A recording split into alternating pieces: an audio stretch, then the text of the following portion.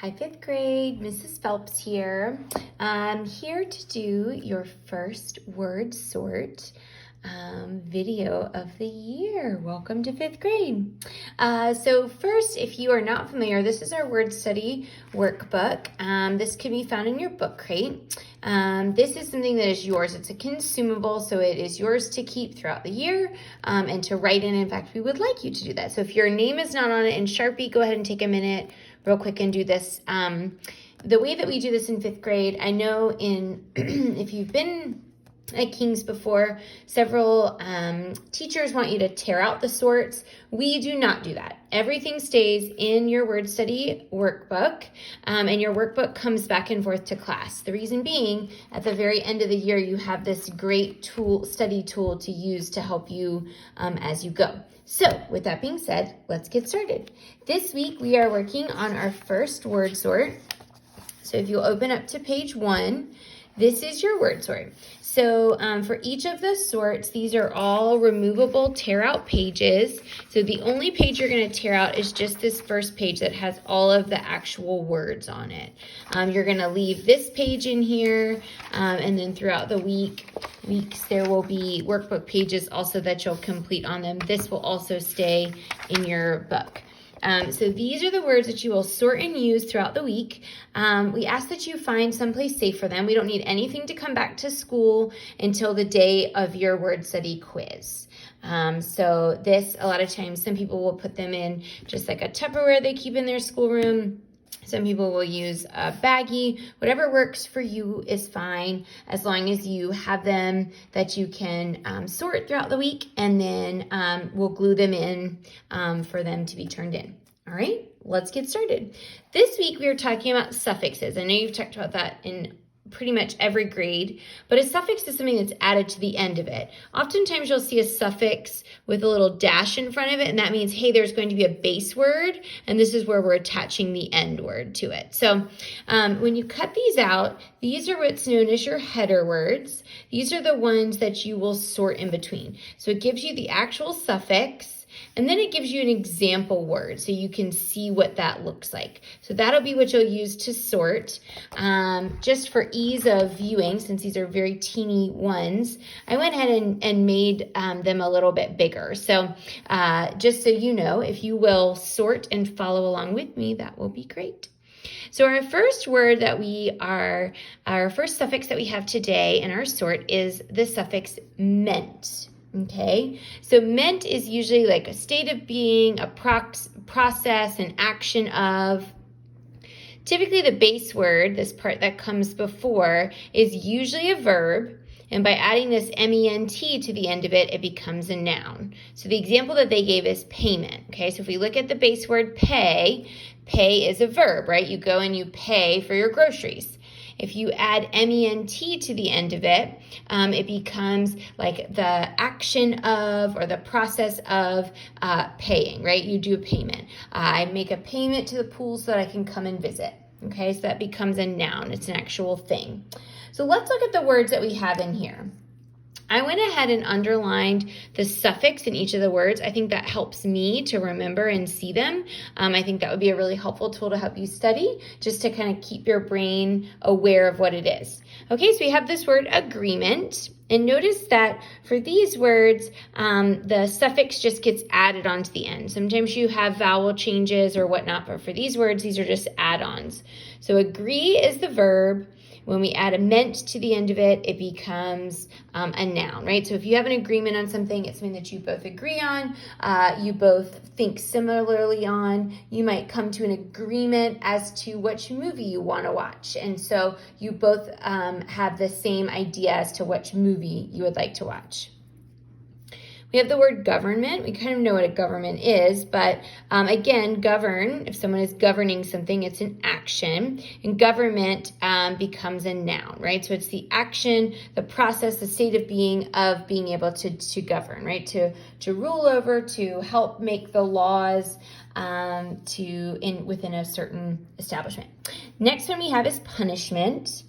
Okay, so we know what punish means. It's to give a typically negative consequence, right? So if my puppy is chewing on a rug, her punishment, I might go, no ma'am, right? That might be her punishment. So it's the state of being of doing to punish.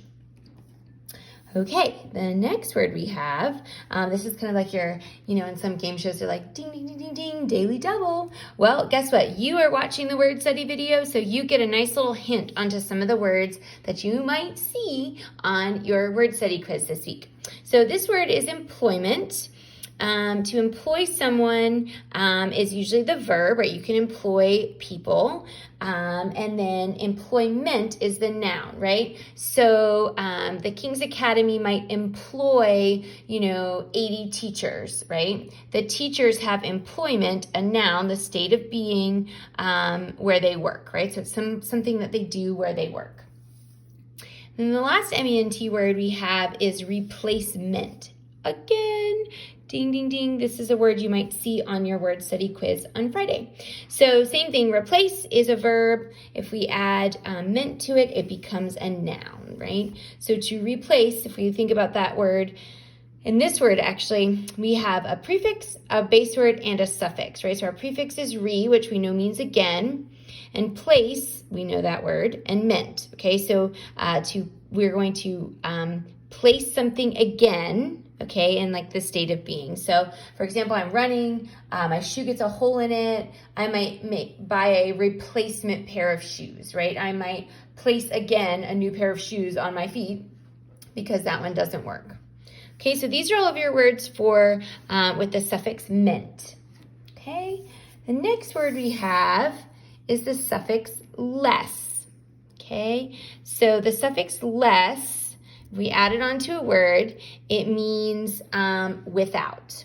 Okay, so the example they gave is worthless. Okay, so this would mean without worth, right? If it's something that's worthless, it doesn't have worth. It could be a physical thing, meaning money, or it could be like an emotional, something that they have. Okay, usually these words are adjectives, right? I could use this to describe something. All right, so let's look at the words we have. Restless, okay, meaning without rest, right? If you're restless, you just can't sit still. You cannot be at rest. We have breathless, meaning without breath. Okay, so sometimes if I've just gone to run 10 miles, I might be breathless. I can't quite catch my breath in a normal state. We have the word useless, and notice the little star. So without use is what useless would mean, right? So if something is useless, you do not have a use for it. We might have the word flawless, meaning without flaw. A lot of times people use that to discuss and talk about like gems, right? They might talk about a certain stone is flawless. It doesn't have any flaws, any negative things about it at all, anything that might not be really great. We have the word speechless. Again, I noticed a little star. So that means without speech. So it could be a physical, something that is physically can't speak, or it could just be something like, oh my gosh, you're so surprised, or you're so, shocked, or something that you really are without speech. We also have the word priceless. Oh, I also noticed a little star there, meaning without price. Typically when we talk about priceless, we don't mean, oh, I'm walking around the store and this one doesn't have a price tag on it. It's priceless. Typically, when we talk about priceless, we mean without price, meaning it is something that is so valuable that it can't be replaced, right? You can't put a price on it. Sometimes those things can be something really rare, right? So, an archaeologist finds a vase or something from China, and it's the only one they've ever found. That would be priceless, right? It would be really hard to, replace it.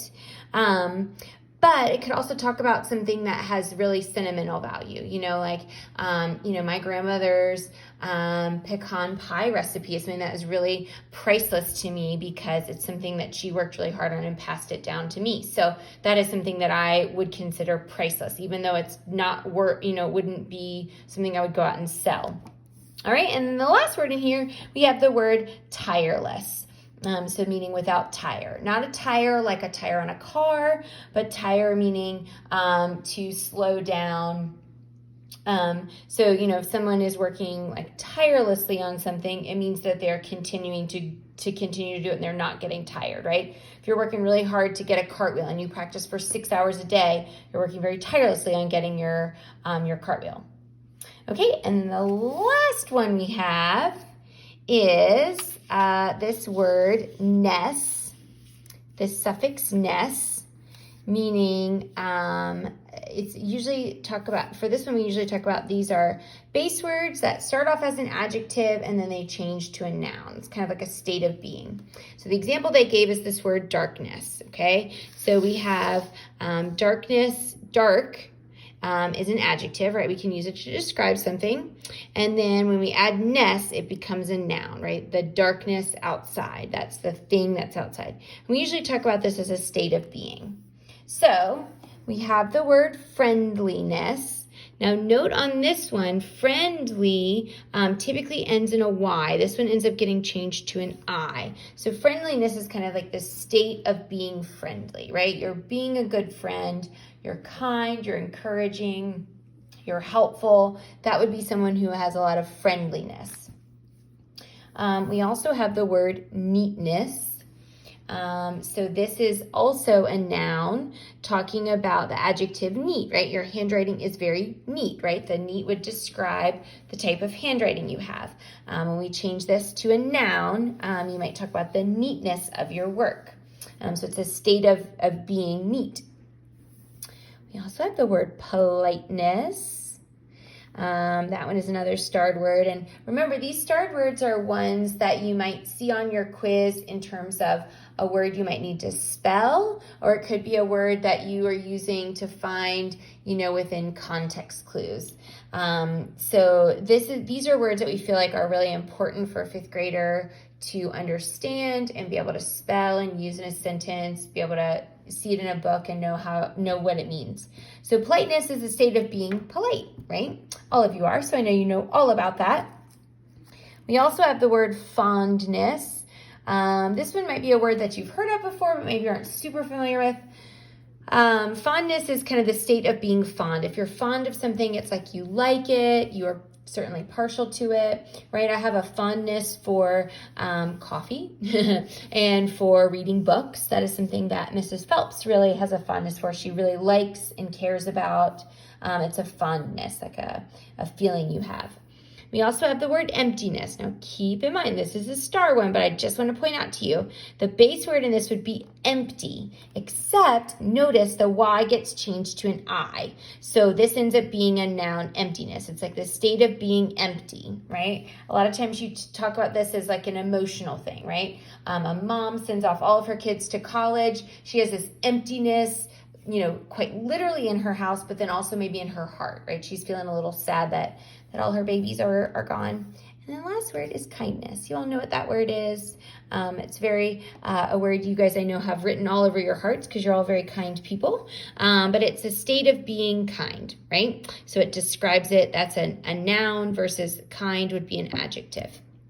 So those are all of your words for Sort 1. I know this took a little bit longer because I wanted to explain everything to you. But you will work with some of these words this week, some with spelling, some especially with vocabulary and context clues. Your quiz on whenever you have your word study quiz will consist of 5 words you'll have to spell. Of these starred words. It will consist of 5 words there will be a sentence with a blank in it, and you'll have to kind of fill in the blank with the word that is missing from some of these that we've talked about.